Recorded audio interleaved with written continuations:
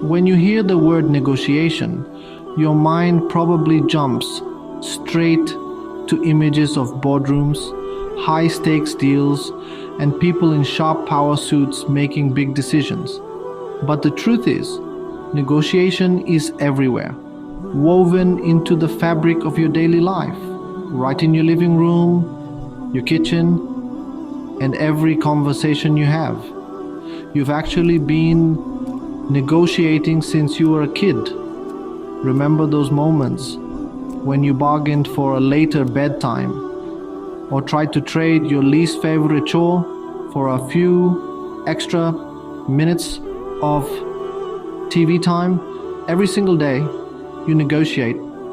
Maybe it's with your partner about who's going to do the dishes or how to split up the weekend errands, or perhaps it's with your boss about taking some time off or negotiating a deadline that works for both of you. Sometimes the toughest negotiations are with yourself, like convincing yourself to get out of bed on a cold morning or to stick to your goals when motivation is low. Negotiation isn't about one person winning and the other losing.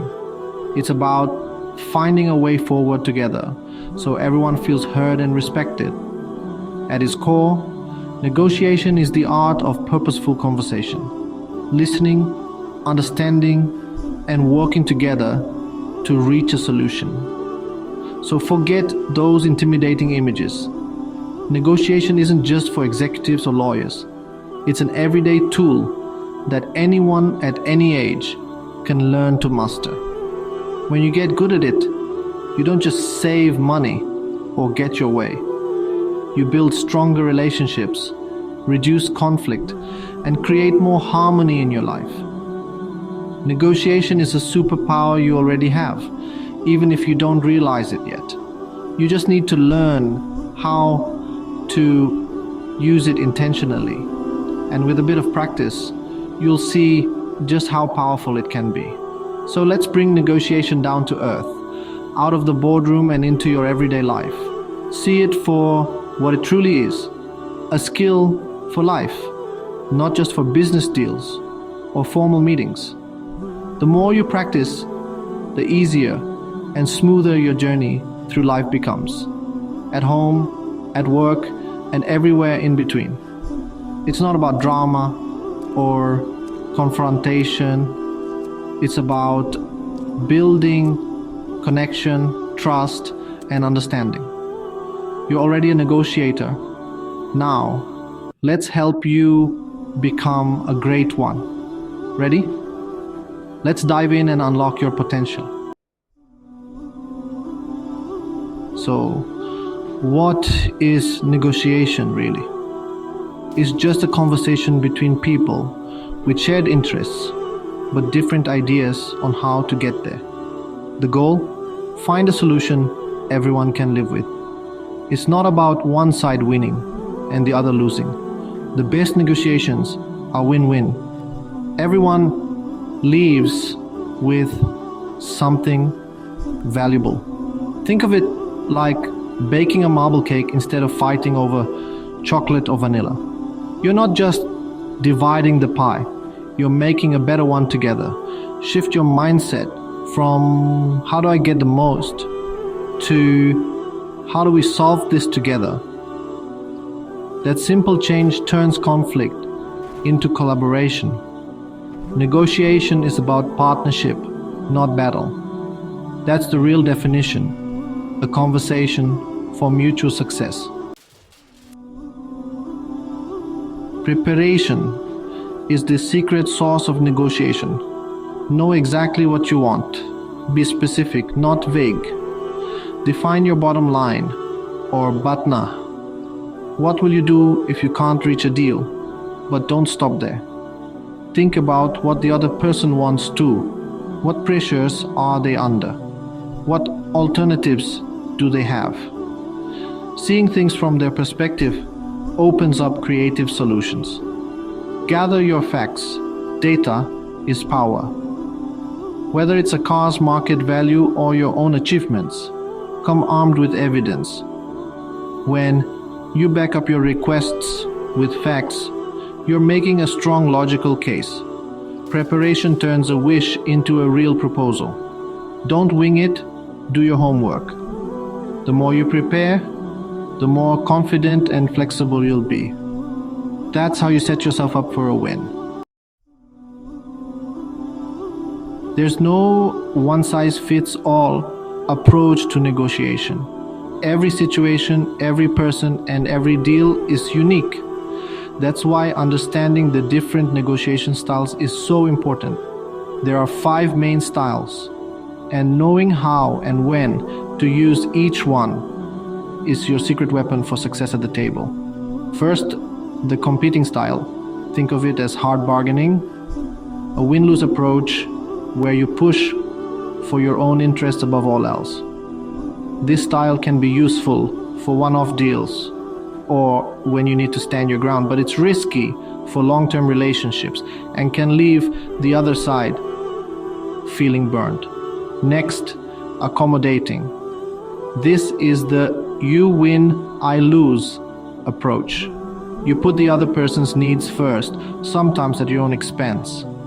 It's great for keeping the peace or when the relationship matters more than the outcome. But if you overdo it, you risk being overlooked or taken for granted. Then there's avoiding, dodging conflict altogether. Sometimes avoiding is smart, like when the issue is trivial or emotions are running high. But usually, it just delays the problem and can make things worse in the long run. Compromising is the classic split the difference move. It's fast, feels fair, and gets things moving, but both sides have to give something up, so nobody gets exactly what they want. Finally, collaborating, the win-win. This style takes effort, creativity, and time, but it delivers the best results. Solutions that truly satisfy everyone at the table. The best negotiators know how to adapt their style to fit the situation, reading the room and shifting gears as needed. Choosing the right approach at the right moment is what separates amateurs from pros.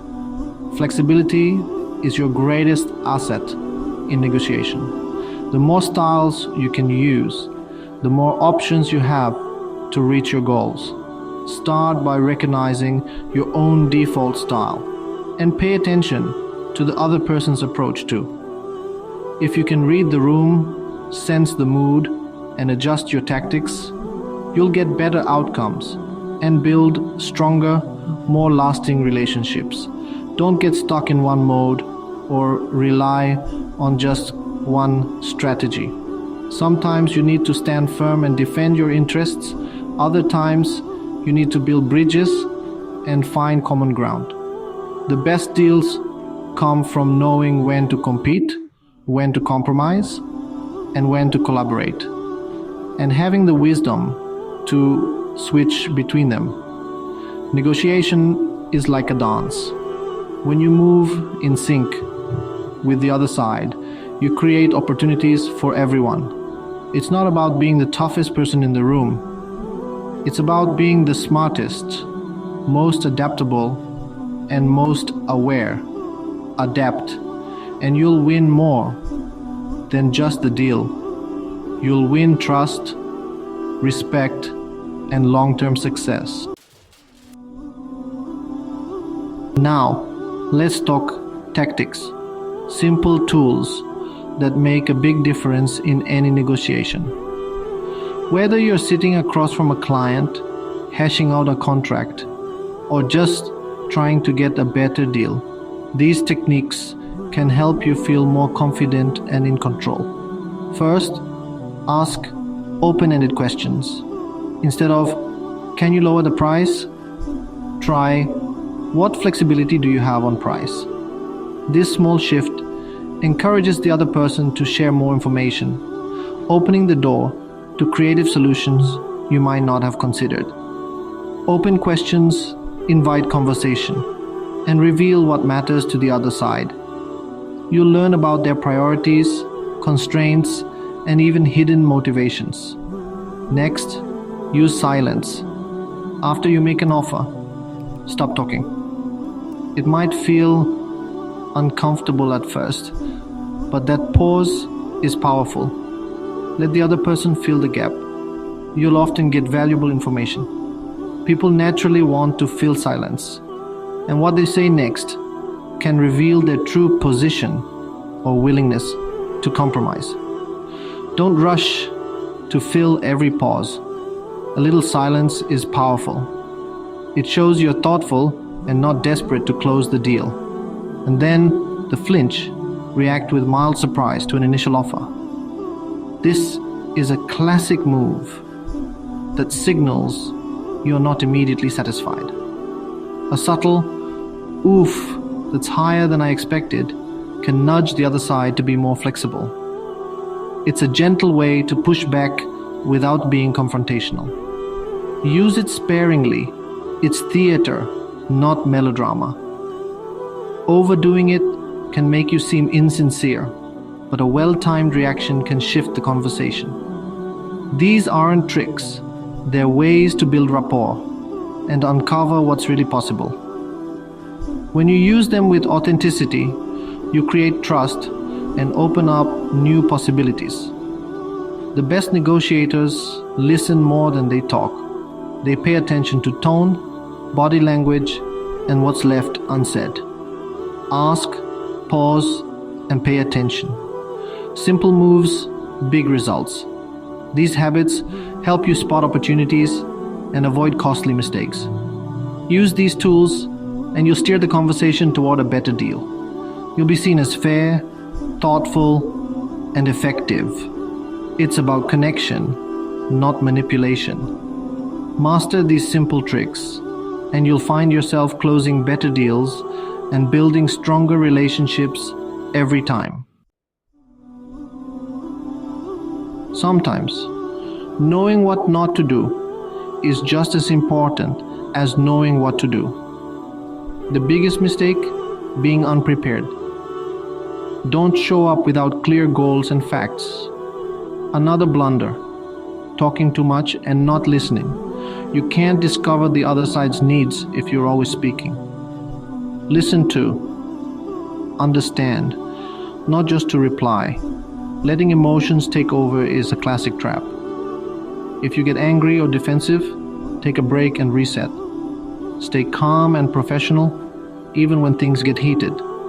Don't focus on positions, what someone says they want. Dig for interests, the reasons behind the requests. If you understand the why, you can find creative solutions. Avoid these pitfalls, and you'll avoid most negotiation disasters. Preparation, listening, and emotional control are your shields.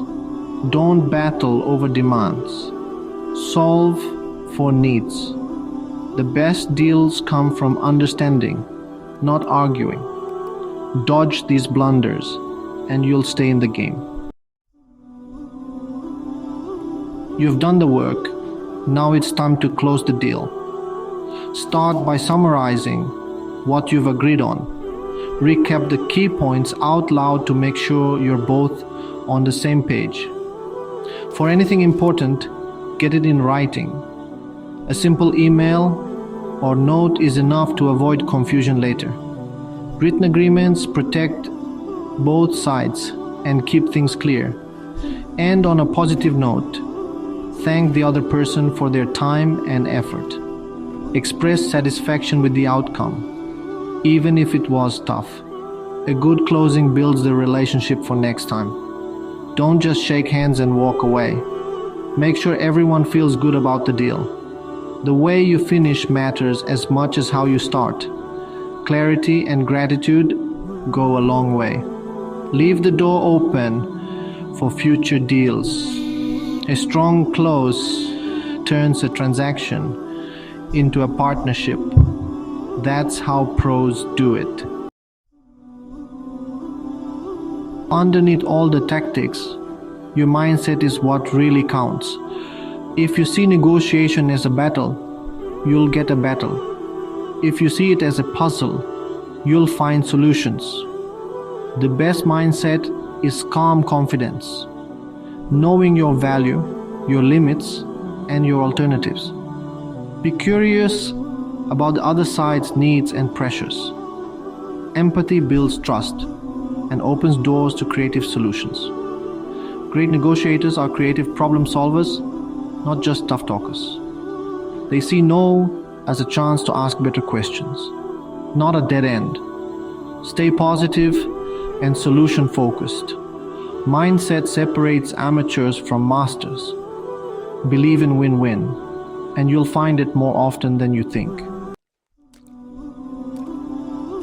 Negotiation isn't just for boardrooms. It's a life skill you use every day. It's about solving problems together, not beating the other side. Preparation, adaptability, and a few simple tools make all the difference. Avoid the classic mistakes. Be prepared, listen, and keep your cool. Close with clarity and gratitude. Relationships matter more than any single deal. Your mindset is your foundation. Calm, curious, and focused on win-win. Practice these skills, and you'll build stronger relationships everywhere. Negotiation is about building bridges, not walls. Master it, and you'll get more of what you want, and help others do the same. That's a deal worth making.